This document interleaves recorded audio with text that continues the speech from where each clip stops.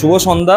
সবাইকে নমস্কার, সবাইকে স্বাগত জানাচ্ছি। আজকে আমাদের মধ্যে উপস্থিত আছেন বঙ্গীয় হোমিওপ্যাথিক মেডিকেল প্র্যাকটিশনার্স অ্যাসোসিয়েশনের অর্গানাইজিং সেক্রেটারি এবং বিশিষ্ট চিকিৎসাবিদ ডক্টর শান্তনু ভাদুড়ী মহাশয়।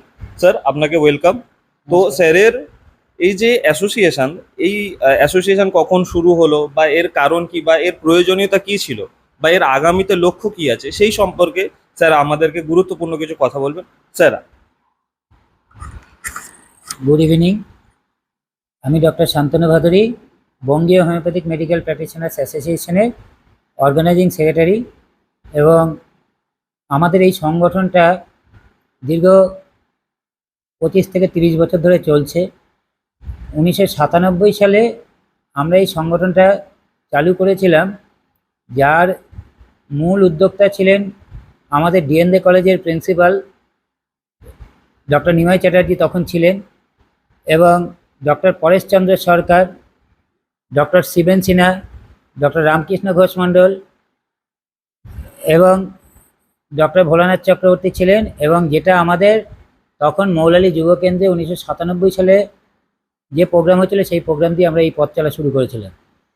এবং এই প্রোগ্রামের মূল উদ্দেশ্য যে আমরা পরবর্তীকালে ওখান থেকে আস্তে আস্তে আমাদের যে মোটো ছিল, সেই মোটোটা হচ্ছে যে আমাদের সংগঠনটা করার উদ্দেশ্যই এই কারণে যে ওখানে যেসব গ্রামে গঞ্জে বিভিন্ন ডাক্তাররা আসতেন, তারা পার্ট বি শিডিউল ছিলেন, এ পার্ট আর বি পার্ট। এবং বি পার্টের যেসব গ্রামীণ ডাক্তারগুলো ছিল, তাদেরকে আমরা প্রথমত এই সংগঠনের মাধ্যমে উন্নতিকরণ করতে চেয়েছিলাম, বা যাতে তারা একটা শিক্ষাগত যোগ্যতা নিয়ে যাতে ডাক্তারি করতে পারে, গ্রামে গঞ্জে তারা ট্রিটমেন্ট করতে পারে। কারণ আমরা মতো কলকাতা শহরে আমরা যখন আছি, তা কলকাতা শহরে তো আমরা তো গ্রামে গঞ্জে গিয়ে চিকিৎসা করতে সবসময় পারি না, আমরা তো ক্যাম্প করতে পারি।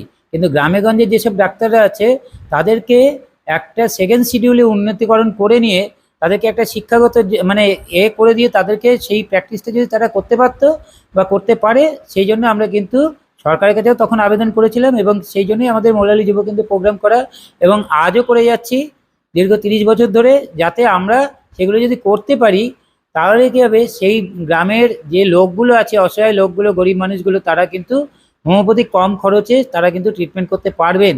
এবং সেই উদ্দেশ্য নিয়েই কিন্তু আমরা এই ডাক্তারিটা শুরু করেছিলাম এবং এই সংগঠনটাও শুরু করেছিলাম।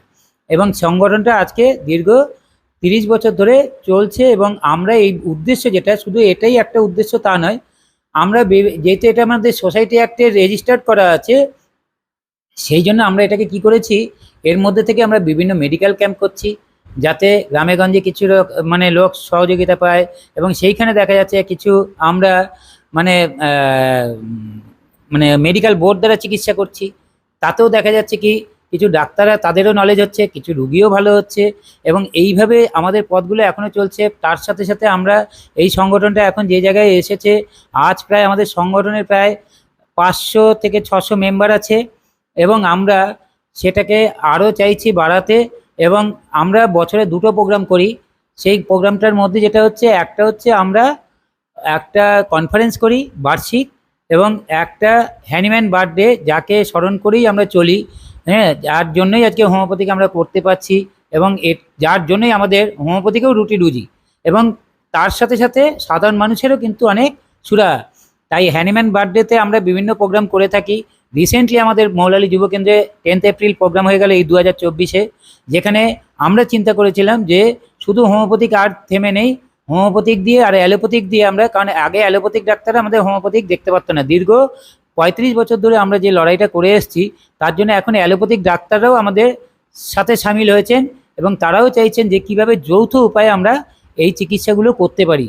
তার জন্য রিসেন্টলি আমাদের মৌলালী যুব কেন্দ্রে এমআরআই উডল্যান্ড বেলভিউর ডাক্তাররা এসেছিলেন, ডক্টর প্রসেনজিৎ সরকার, ডক্টর আশিস মিত্র, হ্যাঁ, এরা সব এসেছিলেন। এবং আমাদের হোমিওপ্যাথিক ডাক্তাররা ছিলেন, ডক্টর প্রকাশ মল্লিক ছিলেন। আমরা এইভাবে, এবং সেখানেও প্রায় 2 শতাধিক চিকিৎসক এসেছিলেন বিভিন্ন এর থেকে। আমাদের এখন যে ব্যাপ্তি হয়েছে, সারা পশ্চিমবঙ্গ থেকে 200 ডাক্তার এসেছিলেন। এবং আমাদের যে ব্যাপ্তি হয়েছে, সেই আমাদের সংগঠনের বাংলাদেশ পর্যন্ত তার ব্যাপ্তি চলে গেছে। এবং বিভিন্ন সংগঠনও জানেন যে আমরা এই কাজগুলো করে আসছি। এবং আমাদের মূল উদ্দেশ্য, ভবিষ্যতের মূল উদ্দেশ্য হচ্ছে আমরা এই সংগঠনকে আরও এগিয়ে নিয়ে যাব। শুধু নয়, সাথে সাথে আমাদের চিকিৎসাকে সায়েন্টিফিকভাবে উন্নতিকরণের জন্যও আমরা এগিয়ে নিয়ে যাব।